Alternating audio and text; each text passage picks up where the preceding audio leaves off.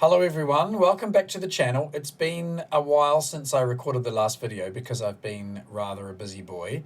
Today though, I found a reason to record a new video, and that is a question that I found on Reddit which directly relates to the double materiality process under the ESRS. So I'm going to ask this question now. I'm going to read it off and then explore a little how we can break this down and try and answer it.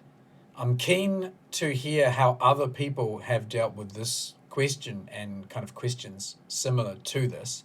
So if you've got some additional input, then please feel free to use the comments section of the YouTube video and tell me or tell the person who asked this question how you think they can respond.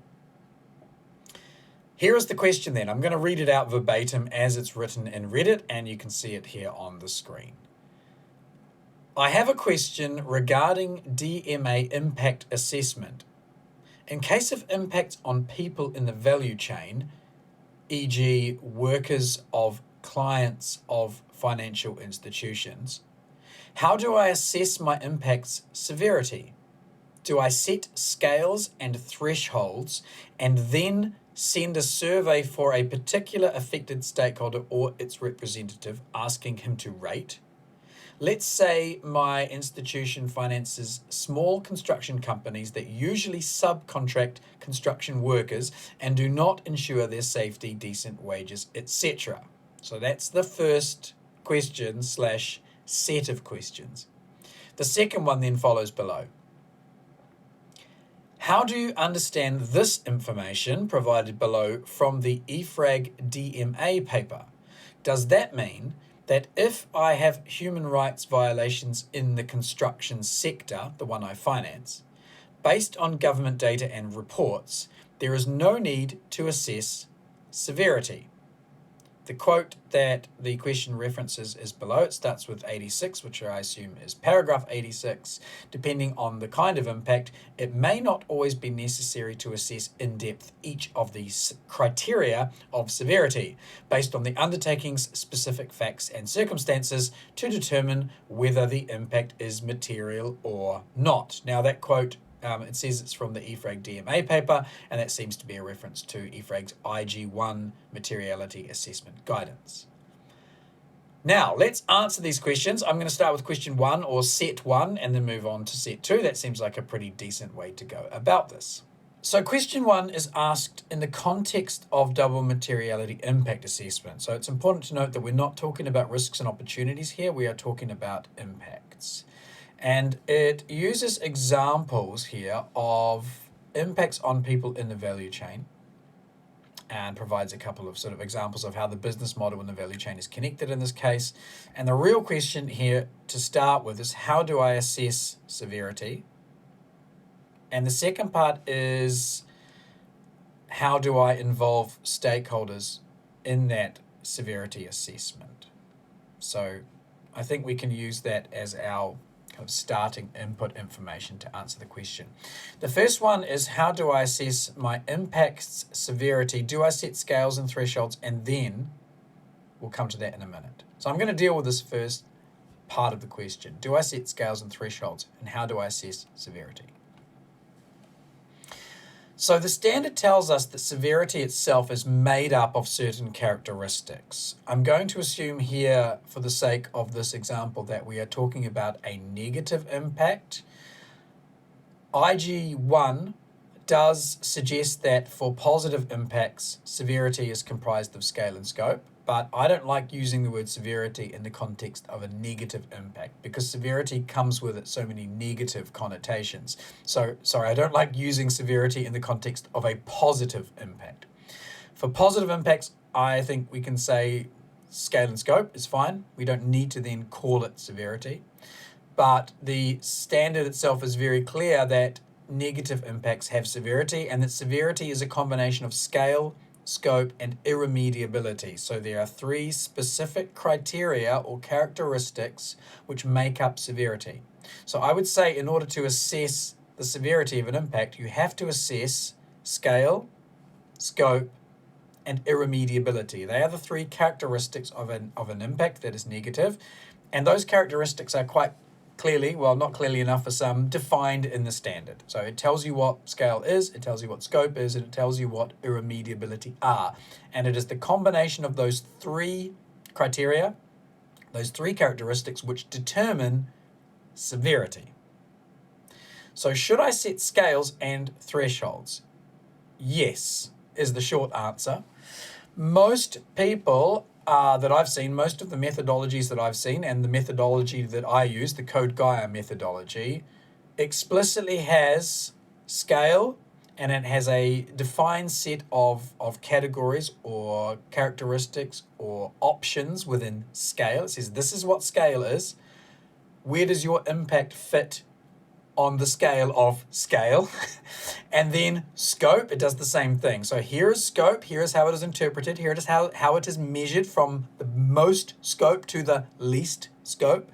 Where does your impact fit on scope? So it's a predefined set of scales. Some people use high, medium, low. Some people use 1, 2, 3, 4, 5. Some people use some, all, none. So there's all various ways of doing this, but generally people are coming up with a predefined set of options for scale and scope, and the same for irremediability. So you would ask how remediable, or what is the irremediable character of the impact, and you have a specific set of sub-criteria or subcategories which you use to measure that. And then you would use those three characteristics, or the information regarding those three characteristics, to make a judgment about severity. How severe is it?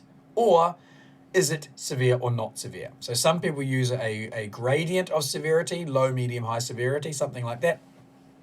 And others, such as me, use a binary. An impact is either severe or it is not severe. So yes, you should ideally set scales for these things, scale, scope, and irremediability, and then a threshold or a lever or a combination of those things to determine severity. Now this is before you've got to materiality. So materiality is when you combine severity and likelihood for potential impacts. There are other considerations which go into determining materiality, and it is materiality where you should have a threshold. So there is a threshold for material, what is above that threshold and what is below. And severity is made up of these three characteristics, but it ends up being, in most methodologies, there ends up being an intermediate threshold, which is which combination of scale, scope, and irremediability, what combination of those three things leads to a severity outcome. It's a kind of threshold within the materiality thresholds. Okay, so yes, that is the typical way of doing this. There is one important thing about thresholds, and that is whether or not you define your materiality threshold before you've done the assessment or after. Now, there are two schools of thought on this. One school of thought is you measure the severity and likelihood of all of your impacts, and you list them from most to least severe, and then you just draw a line somewhere in that list, and that is your materiality threshold. The other way of doing it is you decide in advance of the assessment which combination of results will end up being material. Now, the benefit of the second one, which is the one I strongly advise using, is that you don't prejudge the outcome of the assessment. If you rank everything first and then draw a line, you are prejudging, in my opinion, the outcome of the assessment. You are deciding what is material once you've got your list in front of you. And that is very, very exposed to abuse, that kind of system. I would suspect that it's borderline compliant. I think there's an argument that that's non-compliant, but that's an argument for another day. I don't want to get into that here or in the comments. So please don't roast me for that opinion. But I would definitely venture in the direction of deciding before you start the assessment, what is the threshold, or what are the limits, or what are the criteria, what are the combination of factors which will lead to a material outcome, and then do the assessment. I think it's just a far safer, far more kind of objective, let's say, way of going about this. So that's the first part of your question. The second part of your question is then, should I send a survey to a particular stakeholder asking them to rate the impact? Here I would say no. I mean, not a flat out no, it's non-compliant, and not that you could be compliant by doing this. I just don't think you're going to get the information you need, and I don't think this kind of thing is going to be helpful. And here's why. Let's say you define scale, scope, and irremediability a certain way, and you've decided that an impact is, scale of this, scope of that, irremediability of this, and therefore it has a severity rating of X. If you ask the stakeholder, what is your severity rating, they don't know what severity means. So you're not going to get a qualified, intelligent response from most stakeholders. Most stakeholders out there have never read the ESRS. They don't know what impact assessment means. They don't know what scale, scope, and irremediability are. They don't know what severity is. They know none of these things. And it's highly unlikely they're going to be able to rank the impact in a sensible way that is consistent with how you've been doing it. They don't know what you mean when you ask for those things, and you don't know what they meant when they read and interpreted them. So this is highly open to inconsistent results and, in fact, the wrong kind of information. The second reason I wouldn't do this is explicitly if you are using a quantitative type methodology. If you're using scores of 1, 2, 3, 4, 5, and then you're multiplying them together or getting the average or something to determine severity, especially then if you're asking more than one stakeholder. So the first problem with just getting these quantitative score information back from the stakeholder is you get none of the qualitative information you need. They're not telling you what it's like to experience that impact. They're not giving you a qualitative description of how they're affected, how they're impacted. They're just giving you a series of numbers on a scale, which is very hard to interpret qualitatively. The second thing is, if you're asking multiple stakeholders about the same impact, you're going to get different answers back. You're going to get different scores back. And then you have to do some kind of statistical jiggery-pokery with those scores to try and normalize them or find the final result. The more complicated the math is, or the more manipulation of these numbers you do in the mathematics of your methodology, the more explaining you will have to do in your sustainability statement about what the methodology is. If it's very complicated, under these circumstances, we use the average, and then if the average is an outlier, we take the blah, blah, blah, and we normalize the results. If you do all this weird statistical stuff with your stakeholder responses, you're going to have to explain all that to someone somewhere, and it's going to be a real nightmare. So I just avoid that whole situation entirely. I don't ask stakeholders to rate impacts. I don't get them to rate the severity, and I don't ask them to rate the scale, scope, and irremediability. I don't ask them for that. What I do ask them for is to help me understand the impact. It is a much more qualitative, it is a much more consultative question that I ask, and here's a couple of use cases. But the principle is this. If I am assessing an impact, and if at any point I do not have a high level of confidence about the information I'm using to assess it, or the quality of my assessment, that it is robust and I can argue it to be true, or at least reasonable, then I need a stakeholder to help me. We can do a couple of real kind of practical examples here. Let's say I have an impact and I'm very confident that I know the scale and the scope. It's a negative impact. I know the scale and the scope. I can reference evidential documentation to prove that that is the scale and that is the scope. In fact, that is a kind of stakeholder engagement, but we'll come to that maybe later. So I've consulted various documentation, scientific studies. I know what the scale and scope of the impact is, but I don't know how remediable it is. I don't know anything about its remediable character or its irremediability. In this case, maybe I can ask the affected party. Maybe I can go to the stakeholder themselves and I can say, excuse me, person X, I believe this impact is occurring. I provide them with a basic description of what I think the impact is. I'm just kind of checking that they concur that that is the impact. Now, so I have a problem with trying to understand irremediability and however you interpret that. So we typically interpret irremediability as the amount of time required for the environment to return to its baseline condition.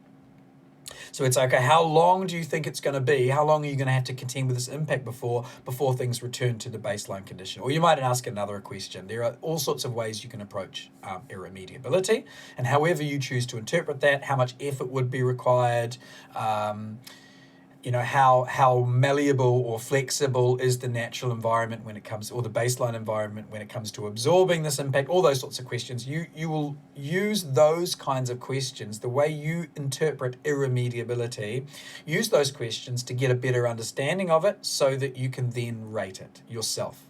So you're not asking the stakeholder to rate it. You are asking stakeholder for the missing pieces of information that prevent you from being able to provide a robust assessment of severity. Take another example, if the point's not already made. Let's say you have an impact and you understand the scale, but you don't know the scope. And the scope, as we read in the standard, is how widespread an impact is, or what is the geographical perimeter of the impact, or how many people are affected. There's a few ways that the standard gives examples of what widespread or scope means. So let's say the effect is in the value chain. You've identified that in these examples here. And we kind of know what our value chain is. We've done our value chain assessment already at the start of double materiality. We've kind of identified who are the parties in our value chain, what are the processes in our value chain. So we kind of know what the boundary of the value chain is. Let's say the perimeter of the value chain. That's the affected environment. We know what the perimeter is, but we don't know how much of that perimeter, how much of that boundary or that group of people is affected. We don't know what proportion is affected or the number. And that is the scope of the impact. How widespread is it? Now, we want to, in that case, fill that information gap. So we could ask the stakeholder. We could find a representative of the workers in the value chain. We could ask a series of workers ourselves. We could read some scientific literature. We could make best judgments based on information that's available. But this is where we are engaging stakeholders. We're reading material that they have published. We're reading material that has been published by their representatives. We are directly talking to the representatives, or we are directly talking to the affected people themselves. And so by talking to them, saying how much of this body of people is affected, how widespread is the impact, what is the scope of the impact. That is the piece of this puzzle which I do not understand. I'm going to see if one of the stakeholders understands this. And so that's where I see one of the primary roles of stakeholder engagement when it comes to the assessment of impacts, is to help you determine severity. And if severity is made up of scale, scope, and irremediability, if you cannot assess one of those things with the information you have, consult the appropriate stakeholder. So I don't think you should be asking them just to rate an impact, because everybody's interpreting these things differently and they have different rating systems and different methodologies. It's better to engage them qualitatively, consultatively, and ask them the questions you have and get the information you need. If you don't need information from a stakeholder directly, if you already have the information you need to properly assess an impact, then you don't need to engage a stakeholder for that matter. Don't just do stakeholder engagement for the sake of it. That's just harassing people and bothering them when they don't need to be harassed or bothered. So now we're going to move on to question 2. How do you understand this information provided below from the DMA paper? Does this paragraph below mean that if I have a human rights violation, then there's no need to assess severity? The paragraph being this one here. Now let's first break down the paragraph and then we'll come back to the question. The paragraph says that depending on the kind of impact, so this is conditional to certain impact types. It doesn't say which impact types, it just says depending on the kind of impact. It may not always be necessary, so this is permissive, may not always be necessary. So always, or there is a kind of norm here which is referring to, it's saying in certain circumstances it may be okay, it is permitted to deviate from the norm, right? That's how I interpret this. And the norm is assessing in depth each of the criteria of severity. So sometimes it may not be necessary. Sometimes you can deviate from assessing in depth each of the criteria of severity, depending on the undertaking specific facts and circumstances. You're still doing this in order to determine materiality. The purpose is still the same. There are just some of the steps which you may not need to conduct in depth under certain circumstances. What are the criteria of severity? Well, we've already covered those. The criteria of severity are scale, scope, and irremediability. Those are the criteria of severity as outlined in the standard. So, it may not always be necessary to assess in depth scale, scope, and irremediability. How can we make this something practical that we can understand? There are a few ways. Now, one of the ways that this occurs is actually baked into the standard already. There is a shortcut in the standard that says this. In the case of a negative impact or a negative human rights impact, severity takes precedence over likelihood in the determination of materiality. So that's kind of a shortcut. What that says is when you have an impact that is human rights related, you should give precedence to severity. So it's a weighting. It's doing some of the weighting work of the assessment for you. So under a certain circumstance, the criteria for assessment of materiality should be weighted in one direction. One of those things should be given precedence over the other in the materiality determination. So that's kind of one sort of example of this semi-shortcutting. That's not a clear example of shortcutting, but we can go even further and we can go to a real sort of example here. Scale. Under the GRI, scale and scope are described almost exactly the same word-for-word way that they are in the ESRS. This is the GRI 2021 GRI 3. GRI 3 is the GRI standard which describes materiality, and it's the 2021 paper, and it has scale and scope as characteristics of impact. So it's exactly the same as the ESRS standard. I'm not absolutely sure which one was written first, but my understanding is that the GRI 3 2021 scale and scope was defined before the ESRS was drafted. And so the GRI is the original source. But that's me. I'm not absolutely certain of that. I wasn't writing either of these standards, so I don't actually know the nuts and bolts of mechanics. That's just my understanding. So we can use the GRI a little bit here to help us understand what scale and scope are. We shouldn't use it as an authority, but it does give us a bit of a kind of push in a direction. And the GRI says that scale can be raised, or the scale of an impact can be raised if human rights are violated, or if there is a human rights violation in the impact. So that is telling us that there is a shortcutting mechanism built into the GRI for scale. If there is a human rights impact, push the scale up. It's just an automatic shortcutting. You don't need to do an in-depth assessment. If human rights are impacted, push the scale up. It's a shortcut. So I think this is what the standard is getting at here. You still should assess severity. You still need to do a severity assessment. That is almost certain. But you don't need to do an in-depth assessment of each of the criteria. You don't need to do you may not need to do the full, you don't need to, it's different from you may not need to. You may not need to do the full normal in-depth assessment you use for scale, scope, and severity. And one case where I would say that you should sort of do that shortcutting is in the case of a human rights violation. Immediately move the scale to the top, just as you would have done under the GRI. That is the highest scale. It is the highest gravity of impact. Gravity or benefit is what scale is. Benefit for positives. Gravity is the word used in the English version of the ESRS. It cannot be any graver than a violation of human rights. That is as grave as it gets. It is the most protected, internationally protected value. It is a almost universally recognized human value, the human right. If a human right is violated, that is the most grave kind of impact. So I think it makes entire sense that is what paragraph 86 is getting at, that type of thing. There are certain circumstances here where you may shortcut the assessment of scale, scope, and irremediability. You may go straight to severity, or you may shortcut it so that you get the severity outcome that makes sense. In this case, because either scale, scope, and because scale, scope, and irremediability can make a negative impact severe, that's what the standard says, then if it is the top, it can make it severe. if it's the top of any one of those three. If it wasn't possible, then you would have a case where neither scale, scope, nor irremediability could make an impact severe. In this case, it's at the top of scale, so it doesn't matter what the other two are, it will be severe.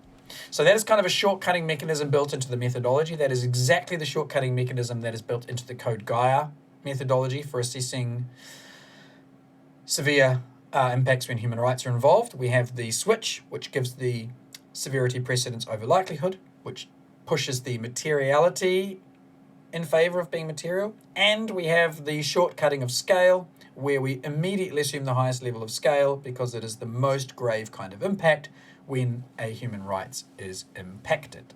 And then irrespective of the other two, it will be severe. Okay, so that is kind of my summary of answering these two questions. I hope that does answer the questions that were being asked here, but there's always a chance that I've just rambled on somewhat randomly and gone off-piste, so apologies for that. But I hope there's some helpful content in there anyway. And if anyone else has a far more succinct way of saying the same thing, please use the comments to do so. Also keen to hear if there are different approaches and different understandings of what the standard is getting at. We can all learn from each other. It's early days in practice. And with that, I guess I'll say thanks for watching. See you out there. Good luck, everybody.